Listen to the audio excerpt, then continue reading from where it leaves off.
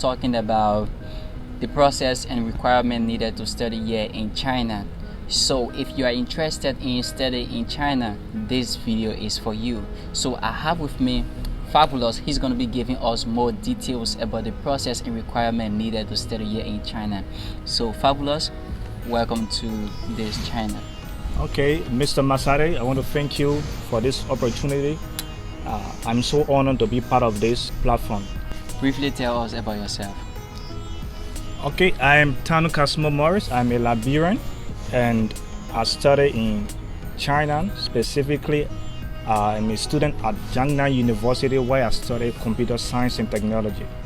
Yeah, so tell us about your joining studying computer science and technology here in China. How has it been like for you? The journey of studying as a computer science student has been a good one. You know, everything or every good thing does not come so easily that it may seem to others. But that's right. You know, there have been some difficulties and other challenges, but perseverance, by me being focused on my goal as to achieve them has been a great one for me. So the journey has been actually great. There's this myth about computer science student that has been portrayed in movies, and most of the time I hear people talking about most computer science students, they don't socialize apart from just studying. How true it is? Honestly, I wouldn't say that computer science students are nerds. The thing is that computer science in general is a diverse field, you understand?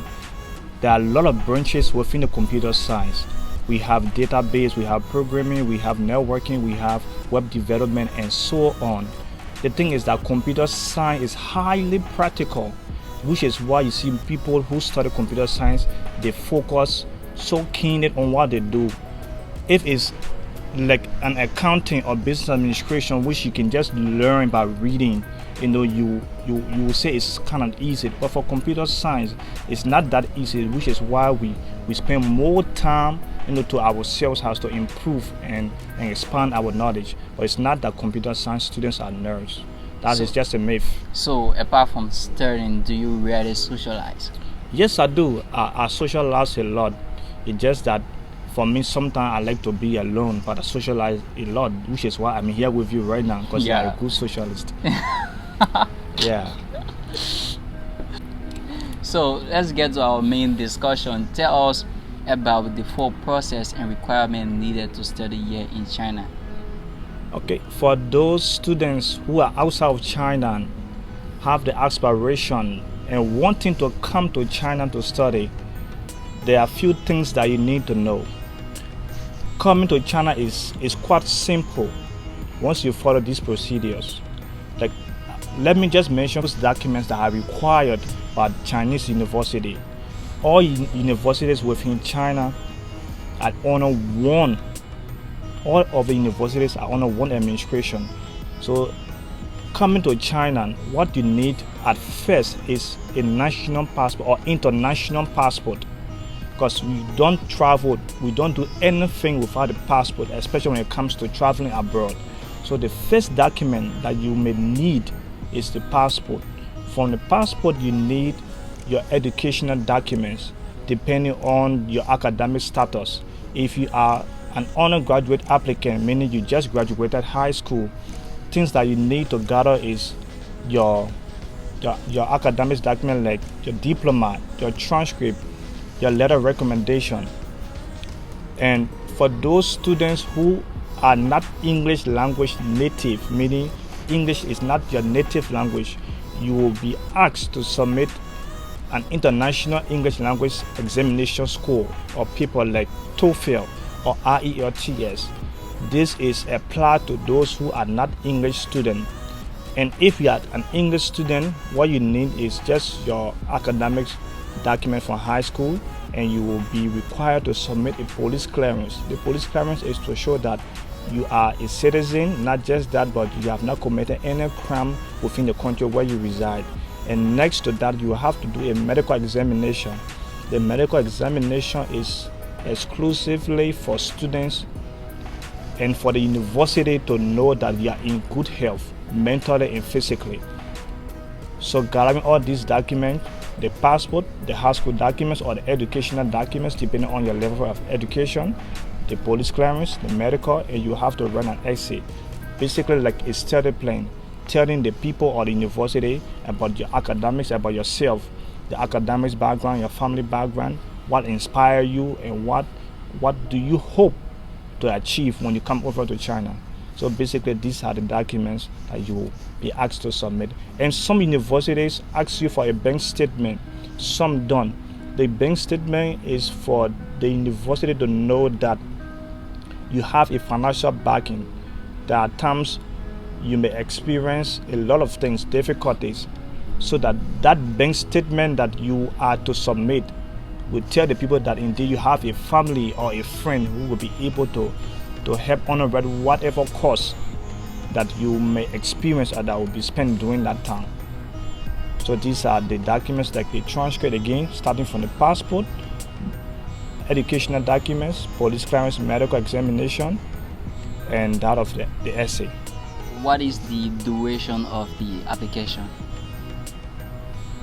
The entire duration in China, when it comes to the application process, it takes about 3 to 4 months, depending on the application. In China, there's 3 kinds of application. Okay. They have the self-funded, they have the partial scholarship, and that of the full scholarship. So if you apply to the university as a self-funded student, it takes shorter time to get a result or notification from the university. You understand? Because you are paying your own fees. Oh yeah. Yeah. And you know university is about profit. And for those who are applying or who apply for a scholarship, it takes about 3 to 4 months for the entire process. So after you submit your application and when the school respond to you or send your admission package, so what's the next step after receiving your visa? The next step after you have submitted the application, the university will respond to you accordingly, depending on the application, like I said earlier on. Right. And if you were accepted as a scholarship student, you will be notified through email. Okay. If you were not accepted, at times people apply and they don't get accepted, you understand? Right. Yeah. So if you are accepted, the school will tell you the entire processes. Like now you have been accepted at our university to study computer science and technology. This is an example. And congratulations, and we'll tell you this is the kind of offer. Right. So after that, the email, then they'll ask you for details about your address, your home address. And when you respond to them according to the information that they want to get from you, then they will send you those admission package. The admission package comprises of the admission letter, JW202. The JW202 is a kind of visa application form in China for those students who have applied to American university. It's called the I-20, but for China it's called the JW202 form. And these are documents that are required for the applicant to apply to the embassy for the visa. And after you have applied to the embassy for the visa, when you have obtained the visa, then you can now start to prepare when you want to get the ticket.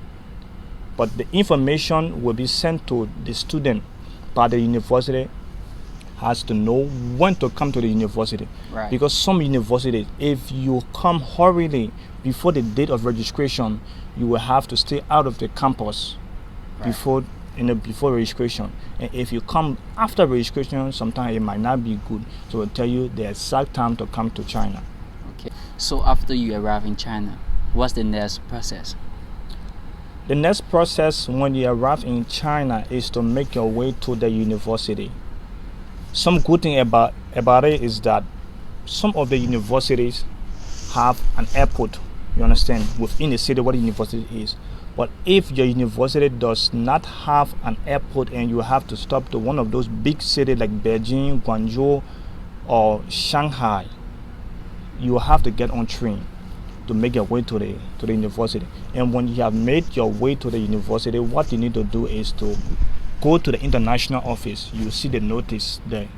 So once you get at the international office or the international college, and you ask people around there, they will take you to the registration center, and then you can be able to make your payment, depending if you were self-funded or if you are a scholarship student. Then you can complete your registration by just paying your registration fee and pay insurance fee. The insurance fee is for medical purposes, so that if you are ill, for just in case of any reason like accident or physical sickness, you understand, then the insurance fee will be able to cover up for you. And then the school will tell you to go and do another physical examination. This one is for you to do, has to know if at all the medical that you did from home country, Right. if it's accurate according to what you submitted.